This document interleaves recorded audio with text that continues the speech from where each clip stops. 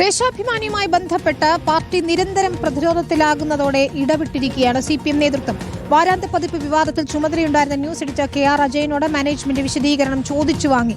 കള്ളൻ വിജയൻ എന്ന തലക്കെട്ടിലും ഫീച്ചറിലെ ഉള്ളടക്കത്തിലും പാർട്ടി വിരുദ്ധതയില്ലെന്ന മറുപടിയാണ് KR അജയൻ നൽകിയത്. ഇന്നലെ പുറത്തിറക്കാതിരുന്ന വാരാന്ത്യ പതിപ്പ് ഇന്ന് വായനക്കാരിലേക്ക് എത്തിച്ചിട്ടുണ്ട്. ഇന്നലെ വാരാന്ത്യ പതിപ്പ് പുറത്തിറങ്ങാത്തത് സാങ്കേതിക പ്രശ്നങ്ങൾ മൂലമാണെന്നായിരുന്നു ദേശാഭിമാനി റെസിഡന്റ് എഡിറ്റർ M സ്വരാജിന്റെ വിശദീകരണം.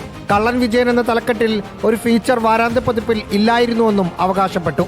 ഇത് രണ്ടും കളവാണെന്ന് വ്യക്തമാക്കുന്നതാണ് വാരാന്ത്യ പതിപ്പിന്റെ ചുമതലയുള്ള ന്യൂസ് എഡിറ്ററോട് ചോദിച്ച വിശദീകരണവും അതിനുള്ള മറുപടിയും. കള്ളൻ വിജയൻ എന്ന തലക്കെട്ടിലും ഫീച്ചറിലെ ഉള്ളടക്കത്തിലും പാർട്ടി വിരുദ്ധമായത് ഒന്നുമില്ലെന്നാണ് KR അജയന്റെ മറുപടി. വാരാന്ത്യ പതിപ്പ് ഇന്നലെ തന്നെ പുറത്തിറക്കാൻ കഴിയാത്തതിൽ തന്റെ ഭാഗത്തു നിന്ന് വീഴ്ച ഉണ്ടായിട്ടില്ലെന്നും മാനേജ്മെന്റിനെ അറിയിച്ചു. എങ്കിലും തുടർ നടപടികൾ ഉണ്ടാകാനാണ് സാധ്യത.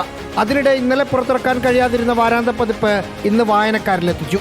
VS അച്യുതാനന്ദനെ കുറിച്ചുള്ള ലേഖനങ്ങളാണ് ആദ്യ പേജിലും അവസാന പേജിലുമുള്ളത്. പത്രം പ്രസിദ്ധീകരിക്കുന്നത് തന്നെ ഒരു രാഷ്ട്രീയ പ്രവർത്തനമാണ്. പത്രം പ്രസിദ്ധീകരിക്കാതിരിക്കുന്നതും ഒരു രാഷ്ട്രീയ പ്രവർത്തനമാണ്. അപ്പം അത് അങ്ങനെ കാണുക എന്നുള്ളതാണ്.